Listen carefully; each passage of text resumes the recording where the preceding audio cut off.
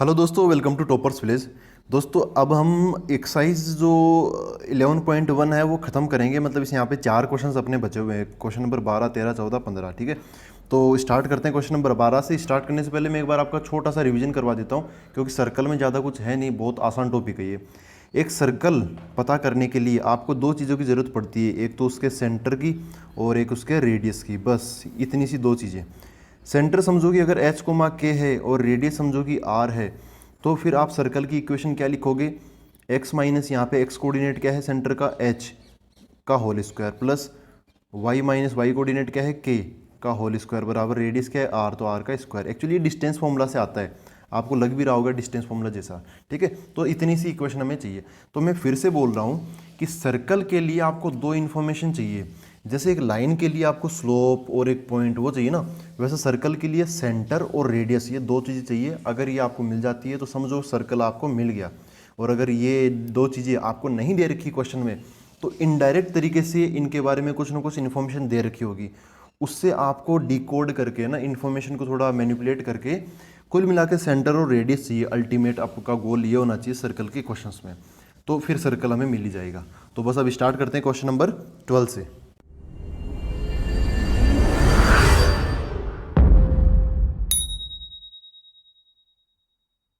तो दोस्तों ये देखो क्वेश्चन नंबर 12, बहुत प्यारा सा क्वेश्चन है। Find the equation of the circle with radius 5। Radius दे दी हमें, है ना, दो में से एक चीज़ तो दे डाली। अब बचा centre, whose centre lies on the x axis. देखो सेंटर के बारे में, सेंटर डायरेक्ट नहीं बोला है कि ये सेंटर है, सेंटर के बारे में घुमा फिरा के कुछ ना कुछ इन्फॉर्मेशन दे रखी है। Whose centre lies on x axis and passes through the point 2,3। ये जो सर्कल है वो 2,3 से पास हो रहा है। तो देखो ये इन्फॉर्मेशन है, रेडियस इसको डायरेक्ट हम यूज में लेंगे, तो इसको अब इसका कुछ नहीं करेंगे। सेंटर ऑन एक्स एक्सिस है, तो चलो सेंटर मान लेते हैं, है ना। जब भी ऐसा कुछ आए ना, तो जैसे मान लो सेंटर आपको दिया ही नहीं, या फिर कुछ ऐसे बोल दे कि सर्कल यहाँ से पास होता है वहाँ से पास होता है, ऐसा घुमा फिरा के कुछ और ज़्यादा घुमा फिराए, तब सेंटर हम पूरा का पूरा ही मान लेंगे, मतलब एच कोमा के मान लेंगे। ठीक है, लेकिन यहाँ पर क्या है, सेंटर ऑन एक्स एक्सिस बोला है, तो क्या आप एच कोमा के मानोगे क्या? नहीं ना। एक्स एक्सिस पे क्या होता है, जैसे ऐसे है, इसका डायग्राम कुछ ऐसा होगा, सेंटर एक्स एक्सिस पे, तो ऐसा कुछ डायग्राम बन सकता है।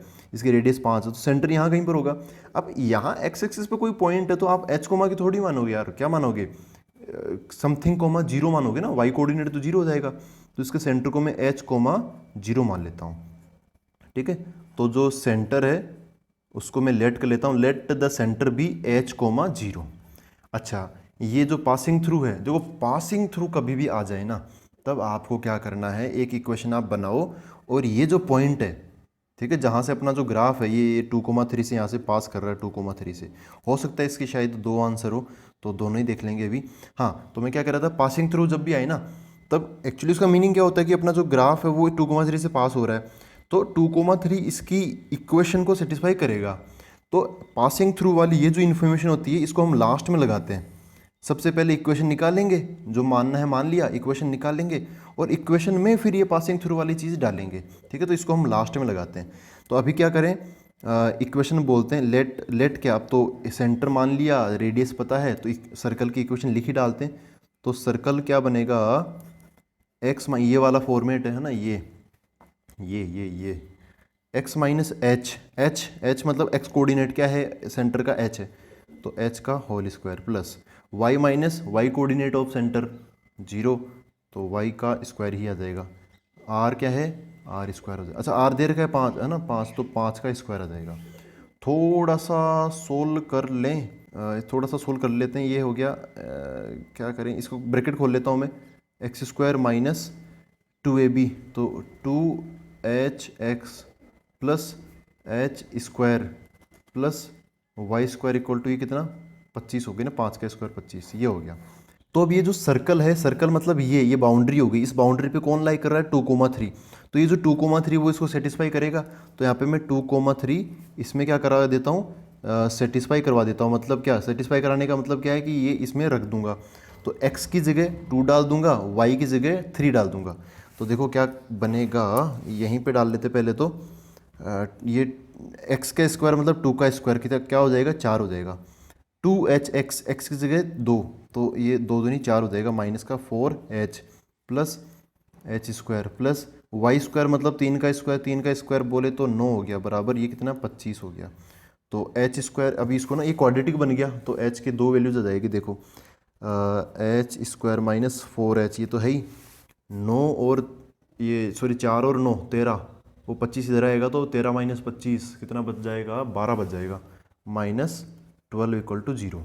तो ये है डेटा अपने पास में। अब इसको सोल्व करें तो इसके टुकड़े के लेता हूँ बाई स्प्लिटिंग मिडिल टर्म ये क्वाड्रेटिक बन गया एच के दो आंसर आएंगे। एक्चुअली अभी मैं बताऊंगा कि दो आंसर का मीनिंग क्या है वो बताऊंगा। खैर एच स्क्वायर माइनस ये क्या टुकड़े हो जाएंगे 6h प्लस 2h माइनस 12 बराबर 0 ये बन जाएगा ये बन गया ये बन गया। तो इसमें क्या कॉमन आ गया h माइनस 6 प्लस ये क्या बन गया 2 कॉमन ले लिया तो h माइनस ये कितना हो गया 12 है तो ये 6 बच गया इक्वल टू 0 हो गया। ठीक है अच्छा इनमें कॉमन वॉमन ले लेते तो ये तो कॉमन है तो h माइनस 6 और यहाँ पे h प्लस 2 इक्वल टू 0। यहाँ से h की वैल्यू क्या आ गई 6 और यहाँ से h की वैल्यू क्या आ गई -2। तो इसके अकॉर्डिंग सेंटर कुछ अलग होगा इसके अकॉर्डिंग सेंटर कुछ अलग होगा ना। तो सेंटर यहाँ पे देखो सेंटर क्या h,0 है तो ये क्या बन जाएगा h मतलब 6,0 और इसके अकॉर्डिंग सेंटर क्या हो जाएगा -2,0 क्योंकि h की वैल्यू क्या है ये अपनी -2 h,0 अपना फॉर्मेट h,0। तो अब देखो यहाँ से सर्कल की रेडियस तो 5 है इधर भी क्वेश्चन में रेडियस तो फिक्स कर रखी तो उसको तो बदलेंगे नहीं।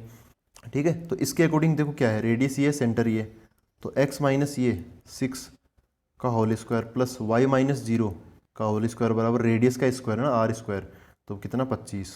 अच्छा ये इन्फॉर्मेशन आप डायरेक्ट यहाँ पर भी डाल सकते थे यहाँ पर तो भी मिल जाता चलो कोई बात नहीं। ये वाला क्या बन गया x माइनस 2 तो x प्लस 2 का स्क्वायर प्लस y माइनस 0 तो y स्क्वायर बराबर रेडियस का स्क्वायर 25 ही हो गया। तो एक तो ये इक्वेशन बन गई सर्कल की और एक ये इक्वेशन बन गई सर्कल की। ठीक है तो दो इक्वेशन है दो इक्वेशंस पॉसिबल है कैसे देखो डायग्राम एक्चुअली ऐसा कुछ बनेगा एक सर्कल अपना करीबन यहाँ कुछ ऐसा कुछ बन सकता है और दूसरा सर्कल अपना कुछ ऐसे बन सकता है। ठीक है दोनों का ही सेंटर एक्स एक्सिस पे रहेगा और दोनों ही पॉइंट्स 2,3 से पास कर सकते हैं। ठीक है तो ऐसे पॉसिबिलिटी इधर भी तो बन सकता है किसने बना के इधर बनने से तो इधर भी बन सकता है उधर भी बन सकता है।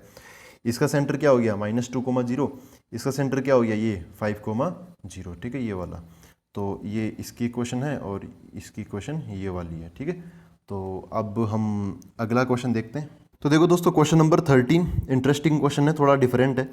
Find the equation of the circle passing through 0,0 मतलब अपना जो सर्कल है ना वो 0,0 से पास हो रहा है ना ओरिजिन से गुजर रहा है and making intercepts A and B on the coordinate axis और जो जैसे जैसे कट करता है ना इंटरसेप्ट मतलब जितना वो कितना भाग कट करता है वो कितना है ए और बी है कोऑर्डिनेट एक्सिस पर। तो ऐसे सिचुएशन है circle passing through 0,0 making intercepts A and B on axis coordinate axis. देखो यहाँ पर ऐसा बोला नहीं कि कौन सा किधर बना रहा है तो हम एक कन्वेंशन फॉलो करेंगे। इंटरसेप्ट दे दिया पहला और इंटरसेप्ट देखो दो होते हैं एक तो एक्स इंटरसेप्ट और एक वाई इंटरसेप्ट। ठीक है तो कन्वेंशन से यहाँ पे जो पहला दिया है वो हम एक्स इंटरसेप्ट बोलेंगे और जो दूसरा दिया है उसको हम वाई इंटरसेप्ट बोलेंगे। तो ये वाला कौन सा है एक्स इंटरसेप्ट और ये कौन सा है वाई इंटरसेप्ट। ठीक है तो ऐसा है। अच्छा इसको देख के ऐसा नहीं समझ में नहीं आएगा आप इसका ना डायग्राम बनाओ एक बार। तो डायग्राम देखो ऐसा है एक सर्कल ओरिजिन से पास हो रहा है तो मैं थोड़ा सा उल्टा डायग्राम बना लेता हूँ पहले सर्कल बना लेता हूँ क्योंकि फिर सर्कल बनाना मेरे लिए थोड़ा मुश्किल हो जाता है। तो ऐसे है सर्कल और ऐसे वाई एक्सिस हो गया और सर्कल ओरिजिन से पास हो रहा है तो मैं जानबूझकर एक्स एक्सिस को यहाँ पे बनाऊंगा ताकि क्या हो ये देखो ओरिजिन है ना ओरिजिन 0,0 वो इस सर्कल पे दिखाई दे। ठीक है तो ऐसा डायग्राम यहाँ पर अपना बन गया ये अपना ओरिजिन हो गया ओरिजिन से गुजरने वाला सर्कल हमने बना लिया। ठीक है ये इन्फॉर्मेशन तो हमने काम में ले ली सर्कल पासिंग थ्रू 0,0 करवा दिया पास। Making intercepts A and B on axis X intercept क्या है ए तो देखो एक्स इंटरसेप्ट ए का मतलब क्या है कि ये जो सर्कल है एक्स इंटरसेप्ट पर जितना भाग काटेगा मतलब जितना पोर्शन ये कट करेगा एक्सिस का उसकी लेंथ है कितनी ए मतलब ये है ना ये कितनी लंबाई का ए लंबाई का। तो ये वाला पॉइंट क्या हो जाएगा a,0 हो जाएगा। अब ये ए पॉजिटिव नेगेटिव कुछ भी हो सकता है ये सर्कल मतलब इधर भी बन सकता था नीचे कैसे भी बन सकता था लेकिन हाँ अब वो तो पता नहीं कि ए क्या है प्लस माइनस तो मैंने फर्स्ट क्वाड्रेंट में बना लिया ए की वैल्यू जब आएगी तब सर्कल इधर उधर कहीं भी बन सकता है, लेकिन है ना, मतलब 4 पॉसिबिलिटी है। सर्कल अपना ऐसे भी बन सकता है, सर्कल इधर की तरफ भी ऐसे बन सकता है ना, ओरिजिन से ज़रूर पास करवाऊंगा मैं, हाँ। तो सर्कल अपना ऐसे भी बन सकता है, सर्कल अपना ऐसे भी बन सकता है ना, कैसे भी बन सकता है। मैंने ये वाला बनाया अभी ऐसे, फर्स्ट क्वाड्रेंट में जिसका सेंटर हो। अच्छा, वाई इंटरसेप्ट कितना है, बी।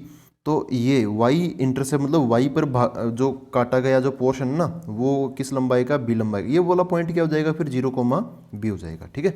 तो ये मैंने लगाया। अब देखो दोस्तों, एक कंसेप्ट मैं काम में लेने वाला हूँ और बहुत इंपॉर्टेंट कंसेप्ट है। वो कंसेप्ट क्या है, कंसेप्ट ये है, क्लास शायद क्लास 9 का है, वो मैं बता देता हूँ क्या है। Perpendicular bisector of any chord of a circle always passes through the center, ठीक है, always passes through the center। ये कंसेप्ट मैं यहाँ पे लगाने वाला हूँ, छोटा सा ये है लेकिन यहाँ पर बहुत काम आने वाला है। देखो, जैसे सर्कल ये है ना, तो इसकी ये कोड है, तो ये इस कोड का जो परपेंडिकुलर बाइसेक्टर, अगर हम कंपास वगैरह लेके बनाएं तो एक कट यहाँ लगाऊंगा, एक कट ऐसे लगाऊंगा, तो इसको मैं ऐसे ज्वाइन करूंगा, तो ये क्या बन गया, परपेंडिकुलर बाइसेक्टर बन गया, है ना। इस कोड का परपेंडिकुलर बाइसेक्टर ये हो गया। तो ये परपेंडिकुलर बाइसेक्टर कहीं ना कहीं मतलब कभी ना कभी तो सेंटर से ज़रूर पास होगा, सर्कल के सेंटर से, ठीक है। अच्छा, अब इसका फ़ायदा क्या है वो बताता हूँ। तो ऐसा समझो कि जैसे एक कोड तो ये है और एक और कोड इधर की तरफ है ना, एक छोटी सी कोड में यहाँ पर भी बना लेता हूँ। अब इस दूसरी वाली कोड का अगर मैं परपेंडिकुलर बाइसेक्टर से बनाऊंगा तो ये भी कहाँ से गुजरेगा, ये भी कहाँ से गुजरेगा, सेंटर से गुजरेगा। तो ऐसे जैसे अगर एक ही कोड अगर मैं बनाता तब उसका सेंटर कहीं भी हो सकता था, तब मेरे को पता नहीं चलता। लेकिन दो कोड्स का अगर मैं परपेंडिकुलर बाइसेक्टर बनाऊंगा तो दोनों परपेंडिकुलर बाइसेक्टर कहाँ पे इंटरसेक्ट करेंगे, इसके सेंटर पर इंटरसेक्ट करेंगे। वही कंसेप्ट मैं यहाँ पे लगाने वाला हूँ। यहाँ पर देखो, ये इसको ओ बोल देता हूँ, इसको मैं ए बोल देता हूँ, इसको मैं बी बोल देता हूँ। यहाँ पर ओ ए एक कोड है ना, ओ ए क्या है, कोड है। तो इसका परपेंडिकुलर बाइसेक्टर कुछ ऐसा बनेगा, क्योंकि ओ ए हॉरिजॉन्टल है तो इसका परपेंडिकुलर बाइसेक्टर वर्टिकल बन जाएगा, ठीक है। ये समझ गए। तो इसको मैं बोल देता हूँ, इसका परपेंडिकुलर बाइसेक्टर ये पी हो गया और इस पॉइंट को मैं क्यू ले लेता हूँ, तो पी क्यू इसका हो गया।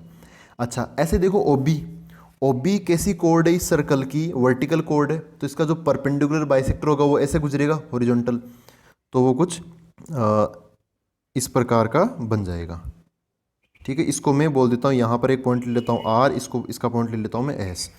तो इसके बारे में थोड़ी सी इन्फॉर्मेशन लिख देता हूँ। हाँ, लास्ट में ये लगाऊंगा अल्टीमेट कि ये परपेंडिकुलर बाइसेक्टर और ये परपेंडिकुलर बाइसेक्टर सर्कल के सेंटर से गुजरेंगे, तो वहाँ से मेरे को सेंटर मिल जाएगा, सी मिल जाएगा। ऐसे करके यहाँ पर क्लास 9 की मदद लेके हम यहाँ पे ये सेंटर पता करते हैं। तो मैं यहाँ पे बोल देता हूँ कि, तो ये मैंने एक स्टेटमेंट लिखा है, इसको भी आप ध्यान से पढ़ लो। परपेंडिकुलर बाइसेक्टर ऑफ ओ ए, जो कि कोड है, ओ ए का परपेंडिकुलर बाइसेक्टर क्या है, पी क्यू। तो यहाँ पर मैं ब्रैकेट में डाल देता हूँ पी क्यू, है ना, of O A and perpendicular bisector of कोड ओ बी, ओ बी का परपेंडिकुलर बाइसेक्टर क्या, आर एस। तो इसके ब्रैकेट में लिख देता हूँ R S, will meet on the centre of centre C, है ना। यहाँ पे ये पी क्यू और ये जो आर एस है वो यहाँ पे मिलेंगे, और ये इसका रेफरेंस ये मैंने लिख ही रखा है। तो यहाँ से हमें ना क्या मिल गया, सेंटर मिल जाएगा। अब देखो कैसे कैसे मिलेगा ये देखते हैं। ये बात अब यहाँ पे आप थोड़ा बहुत डायरेक्टली देख सकते हो। ये परपेंडिकुलर बाइसेक्टर है, तो ये वाला पॉइंट ये 0 0 है, ये ए 0 है, तो ये वाला पॉइंट क्या होगा, a/2, 0 होगा कि नहीं होगा। अच्छा, ये 0 0 है, ये 0, b है, तो ये परपेंडिकुलर बाइसेक्टर, तो ये मिड पॉइंट हो जाएगा। तो ये 0b है और ये 0 0 है, तो ये वाला पॉइंट क्या हो जाएगा, 0, b/2 हो जाएगा, ठीक है। तो सी के कोऑर्डिनेट कैसे निकालेंगे, इधर से इसका एक्स कोऑर्डिनेट आएगा, इसका वाई कोऑर्डिनेट आएगा। ये पहले ए था, ये a/2 हो गया, तो इसका जो एक्स कोऑर्डिनेट है वो क्या हो जाएगा, a/2, कोमा ये पूरा b था, फिर आधा किया b/2 हो गया, तो इसका y कोऑर्डिनेट क्या हो जाएगा, c का b/2 हो जाएगा, ठीक है। तो ऐसे करके हमें c मिल गया, कौन सा, a/2, b/2। आप डायग्राम में थोड़ा बहुत मॉडिफाई कर सकते हो, चल जाएगा। तो ये सेंटर मिल गया हमें c, a/2, b/2। यहाँ पे बहुत सारी चीज़ें अब हल हो जाएगी। सेंटर क्या है, c, कौन सा, a/2, b/2, सेंटर मिल गया। अच्छा, आप बताओ रेडियस कैसे निकाल लें, हैं। रेडियस कैसे पता करें हम, रेडियस आर। तो रेडियस निकालना अब थोड़ा आसान हो गया, चूँकि हमें सबसे अंदर वाली चीज़ सेंटर मिल गई है ना। तो सेंटर से ओ की डिस्टेंस देख लो, मतलब रेडियस निकालना तो आप ओ सी भी निकाल सकते हो, ये बी सी ये भी निकाल सकते हो, या फिर ए सी ये भी पता कर सकते हो। रेडियस कुछ भी है, आप जो मर्जी वो निकालो। मैं ओ सी लगा लेता हूँ ना, ओ सी, ओ सरकमफेरेंस पर है, सी सेंटर है। तो सरकमफेरेंस पर स्थित किसी पॉइंट से सेंटर की जो डिस्टेंस होती है यही तो रेडियस होती है। रेडियस पता कर लेते हैं। ओ पॉइंट क्या है, 0,0, ये ओ पॉइंट है। सी पॉइंट ये रहा ऊपर की तरफ। तो डिस्टेंस फॉर्मूला आपने 10th क्लास में पढ़ाई है। देखो दोस्तों, जो चीज़ें हैं ना यहाँ पे, जो नई चीज़ क्या है, इक्वेशन। नई चीज़ क्या है, इक्वेशन। बाकी जो छोटी मोटी चीज़ें हैं वो तो हम क्लास 9 और 10 से पढ़ते ही आ रहे हैं, है ना। यहाँ पर बस सर्कल में क्या चीज़ नया आ गया, इक्वेशन नहीं हो गई भाई। अब इक्वेशन भी निकालते हैं। पहले हम एरिया ये सब भी निकालते थे, रेडियस का ही महत्व था। यहाँ पर क्या, थोड़ा वो सेंटर और इक्वेशन का महत्व बढ़ गया यहाँ पर। ठीक है, तो अब इसको मैं, इसका जो रेडियस है वो निकाल लेता हूँ। Under root of O C distance formula, O ये सी, तो इसका एक्स कोऑर्डिनेट का अंतर a/2 - 0 का स्क्वायर प्लस b/2 - 0 का स्क्वायर, आर बराबर अंडर रूट ऑफ, यहाँ पर क्या मिल गया, a/2 का होल स्क्वायर, तो a²/4, b/2 का स्क्वायर, b²/4। एलसीएम लूँगा 4 आ जाएगा, 4 को बाहर निकालूंगा तो आर बराबर क्या हो गया, अच्छा ऊपर की तरफ क्या हो गया, a² प्लस b²। ये 4 एलसीएम लेके बाहर निकलेगा तो फिर 2 हो जाएगा ना, अंडर रूट से फ्री हो गया ये अपना 2। ये रेडियस आ गई, ये सेंटर ये रहा। तो हम अब सर्कल की इक्वेशन बना देते हैं। सर्कल क्या होगा, एक्स कोऑर्डिनेट क्या है सेंटर का, a/2, तो a/2 का whole square plus y minus b/2 का होल स्क्वायर बराबर रेडियस क्या है, ये रूट a² प्लस b²/2 का होल स्क्वायर। ठीक है, ये बन गया। तो इसको सोल्व कर लें, सोल्व करें, या फिर देखो ये बन गया। अब मैं क्या करूँगा, थोड़ा सोल्व कर लूँगा इसको, और कुछ नहीं है। आप चाहो तो यहीं पे छोड़ दो, बाकी थोड़ा बहुत सोल्व कर लेना चाहिए। इस ये क्या बन गया, एक्स, देखो ये a माइनस बी का होल स्क्वायर है, तो a² प्लस b², तो a²/4 हो गया, प्लस -2 ये भी आ जाएगा, -2 इंटू दिस, तो 2 से 2 कट जाएगा, लेकिन क्या बचेगा, -ax बच जाएगा, प्लस ये क्या हो गया, y² प्लस b²/4 -2 से तो 2 कट जाएगा, by बच जाएगा, यहाँ पे by बराबर RHS में इसका होल स्क्वायर, तो ये अंडर रूट हट जाएगा, a² प्लस b² आ जाएगा, डिवाइड बाई 2 का स्क्वायर तो करना ही पड़ेगा, 4 हो जाएगा नीचे की तरफ। अच्छा एक चीज़ देखो, ये a²/4 है, ये b²/4 LHS में, और ये भी ये है, तो ये दोनों चीज़ें इनसे कट जाएगी। तो LHS में बस क्या बचेगा, x² plus y² minus ax minus by, और सब कुछ कट गया, इक्वल टू 0। ये बन जाएगी इसकी इक्वेशन। ठीक है, तो अपना क्वेश्चन नंबर 13 भी हो गया। आप है ना दो चीज़ों के पीछे भागा करो सर्कल के क्वेश्चंस के लिए, एक तो उसका सेंटर और दूसरा उसका रेडियस। बाकी सर्कल के सारे क्वेश्चन हो जाएगी, ये स्ट्रेटजी होनी चाहिए हमेशा। तो देखो दोस्तों, अब देखते हैं अगला question, question number 14। Find the equation of a circle with centre 2,2। Centre दे दिया, बस रेडियस बचती है अब। And passes through the point 4,5, ये रेडियस निकालने के लिए दे रखा है। ऐसी सिचुएशन है, सबसे पहले डायग्राम बनाओ। अब आपको पता तो चल ही गया होगा क्या होने वाला है। डायग्राम बनाया, इसका सेंटर है 2,2, circle passes through the point ये 4,5, यहाँ से 4,5 से सर्कल गुजर रहा है। तो रेडियस कैसे निकालेंगे, इनकी बीच की डिस्टेंस से रेडियस निकाल लेंगे। तो देखो ये सी हो गया, ये पी हो गया, तो रेडियस क्या होगी, सी पी डिस्टेंस। तो अंडर रूट ऑफ 4 - 2 4 - 2 का स्क्वायर, फिर 5 - 2, तो 5 - 2 का स्क्वायर। तो आर इक्वल टू क्या आ गया, 4 - 2 का स्क्वायर कितना हो गया, 2, 2 का स्क्वायर क्या हो गया 4, प्लस 5 - 2 3, 3 का स्क्वायर 9, तो आर की वैल्यू क्या होगी √13। अब आप इक्वेशन बस ख़त्म हो गया। ये सेंटर अपने पता ही है पहले से, सेंटर कितना है 2,2। अब देखो सर्कल क्या बनेगा, x - 2 का स्क्वायर प्लस y - 2 का स्क्वायर बराबर रेडियस √13 का स्क्वायर। सोल्व कर लेते हैं, ये हो गया x² minus 4x + 4 plus y² minus 4y + 4 बराबर √13 का स्क्वायर 13 हो गया। x² y² minus 4x minus 4y, 4 और 4 8, 8, वो तेरा इधर आएगा तो -5 हो जाएगा इक्वल टू 0 ना। ये 8 हो गया, तेरा इधर आएगा तो 8 - 13, तो आंसर कितना हो जाएगा -5। तो ये होगी सर्कल की इक्वेशन, बस खत्म। अब देखते हैं लास्ट क्वेश्चन इस एक्सरसाइज का, क्वेश्चन नंबर 15। देखो दोस्तों क्वेश्चन नंबर 15 ये है, does the point -2.5, 3.5 lie inside, outside और on the circle x² + y² = 25। देखो ये सर्कल है तो इसका रेडियस तो समझ में आ रहा है कि 5 हो जाएगा, लेकिन इसका सेंटर क्या है, तो ऐसा हमने पहले भी डिस्कस किया था। सेंटर क्या होता है जब x² y² आ जाए तो 0 0 होता है ना, ये x - 0 का स्क्वायर, ये y - 0 का स्क्वायर। खैर मेन चीज़ क्या है, एक पॉइंट है उसकी पोजीशन पता करनी है कि इस सर्कल के वो जो ये तो सेंटर हो गया सर्कल का है ना, इस सर्कल के अंदर होगा, ऑन दी सर्कल होगा या फिर आउटसाइड दी सर्कल होगा ना, इनमें से कौन सा पॉसिबल है, on the circle, outside the circle या फिर इनसाइड दी सर्कल। तो अभी मैं आपको कुछ छोटी मोटी चीज़ें बताता हूँ। देखो ये जो सेंटर है इसको समझो कि ये सी पॉइंट है, ठीक है, और यहाँ पर अंदर वाले पॉइंट को मैं P1 बोल देता हूँ, इसके ऊपर जो पॉइंट इसको मैं P2 बोल देता हूँ, और ये जो बाहर वाला पॉइंट इसको मैं P3 बोल देता हूँ, ठीक है। अब होगा क्या, जैसे अच्छा इसकी जो रेडियस है वो कितने ले लेते हैं R, ठीक है। अगर कोई पॉइंट आउटसाइड लाई कर रहा है ना, आउटसाइड मतलब बाहर की तरफ, जैसे ये P3 है, तो P3 की इसके सेंटर से डिस्टेंस है ना, बाहर वाले पॉइंट की इसके सेंटर से डिस्टेंस जो होगी वो रेडियस के साथ, मतलब कौन सी चीज़ बड़ी होगी, P3 से C डिस्टेंस ज़्यादा होगी, P3 से C वाली डिस्टेंस ज़्यादा होगी या फिर रेडियस ज़्यादा होगी, तो ऑब्वियसली P3 से C वाली डिस्टेंस ज़्यादा होगी। अगर कोई पॉइंट ऑन दी सर्कल है ना, ऑन दी सर्कल है, तब क्या होगा, जैसे यहाँ पे कौन सा पॉइंट है P2, ये बीच वाला पॉइंट P2 है, अगर नहीं दिख रहा तो आप मेरी बात सुन के समझ सकते हो। इसके ऊपर है एक पॉइंट P2, उसकी सेंटर से डिस्टेंस P2C वो क्या हो जाएगी, रेडियस के बराबर हो जाएगी, क्योंकि सरकमफेरेंस पर स्थित किसी भी पॉइंट से सेंटर की डिस्टेंस रेडियस के बराबर होती है।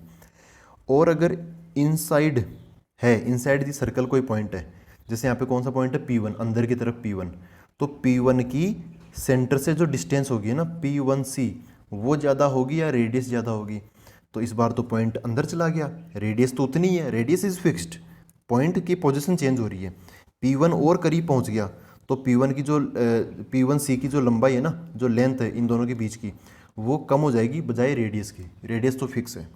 तो अगर हम ऐसा कुछ आइडेंटिफाई कर लेते हैं तो अपना काम हो जाएगा। यहाँ पर देखो कोई सा भी पॉइंट हो अंदर बाहर वो तो पता नहीं हमें, लेकिन हाँ अंदर का पॉइंट हो या बाहर का पॉइंट हो, उसकी सेंटर से एक तो डिस्टेंस चाहिए है ना, पॉइंट की सेंटर से डिस्टेंस चाहिए।